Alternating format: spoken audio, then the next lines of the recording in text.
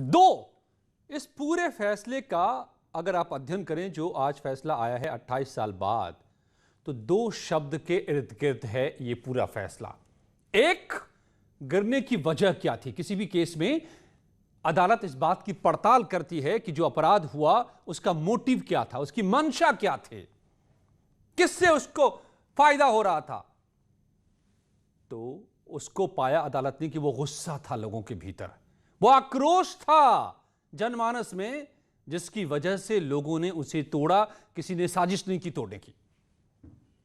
और दूसरा कि वो साजिश, क्या साजिश की गई थी? तो साजिश दरअसल तोड़ने की नहीं की गई थी, अदालत ने साफ ही कर दिया है। तो फिर 28 साल तक ये लोग मुकदमा झेलते रहे जो लोग, क्या उनके खिलाफ साजिश की गई थी? जैसा अब कह रही है बीजेपी, कह रहे हैं योगी आदित्यनाथ, क्या माफी मांगेगी कांग्रेस? मेरे साथ रामविलास वेदांती, पूर्व सांसद जो खुद इस मामले में आरोपी थे, इकबाल अंसारी, पूर्व पक्षकार जो मुकदमा ये लड़ रहे थे मंदिर मस्जिद विवाद का। मेरे साथ मनीष शुक्ला, बीजेपी के प्रवक्ता, दीपक झा, नेता कांग्रेस, मौलाना साजिद रशीदी, मुस्लिम धर्मगुरु, मेरे साथ जुड़े हुए। दीपक झा, माफी मांगिए। मांगेगी कांग्रेस माफी? झूठ मूठ का फंसाए रखा आप लोगों ने 28 साल तक इतने लोगों को, देश को भी। अजय जी, एक कांग्रेस का राज था क्या? कांग्रेस ने इनको फंसाया था क्या? तो सीबीआई किसकी थी? कौन जांच कर रही थी पूरे मामले में? अगर अटल बिहारी जी प्रधानमंत्री थे तो उन्होंने फिर क्या किया? अगर इनको इतना ही लग रहा था तो आप न्याय प्रक्रिया पे सवाल उठा रहे हैं। रामविलास वेदांती जी यहाँ पे जो बैठे हुए हैं, उमा भारती जी जो भाजपा की नेता है, इन सब लोगों ने खुलेआम कहा है मैंने उस ढांचे को गिराया है। क्योंकि उस ढांचे को गिराया है, इसका मतलब क्या है? किस ढांचे को गिराया है? ये बोलेंगे हमने खंडहर को गिराया है। मैटर ये नहीं करता कि, क्योंकि अब तो सुप्रीम कोर्ट ही नहीं मानता कि वहां पे मस्जिद था, लेकिन कुछ ना कुछ तो था।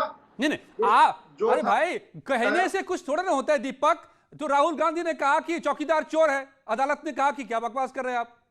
तो कहने से थोड़ा ना हो जाता है, अदालत में साबित करना होता है ना। अजय जी, मोदी जी ने कहा कि मेरे को फांसी लटका देना अगर मेरा काम काज आपको पसंद ना आए। किसान त्रस्त है, गरीब त्रस्त है, बेरोजगारी देश में बढ़ गई है, आए दिन उत्तर प्रदेश में बलात्कार हो रहे हैं। तो क्या मोदी और योगी को फांसी लटका दिया जाए? क्या मोदी और योगी को जेल में डाल दिया जाए? इनसे सत्ता छीन लिया जाए? ये जनता पूछती है, देश नहीं, बलात्कारियों को फांसी पर लटकाया जाए जो लटकाया जा रहा है, चोरों को, लुटेरों को, अपराधियों को, अतीक अहमद को, मुख्तार अंसारी को, इन सबको जेल में होना चाहिए। वो हो रहा है। क्या परेशानी है आपको? न्याय होना चाहिए ना। न्याय हुआ ना, आक्रोश का न्याय हुआ।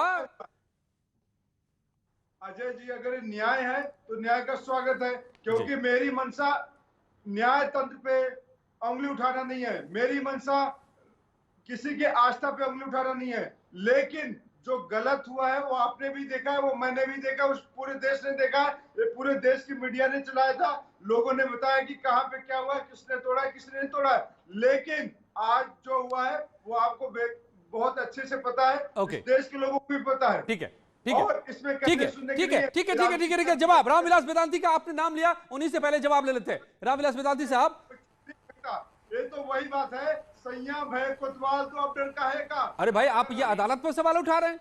आप तो फिर तो अदालत पर सवाल उठा दे रहे हैं, यहां से आप फिर गलत बोल रहे हैं दीपक।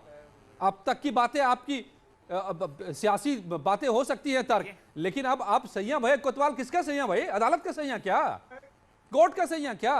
रामविलास वेदांती,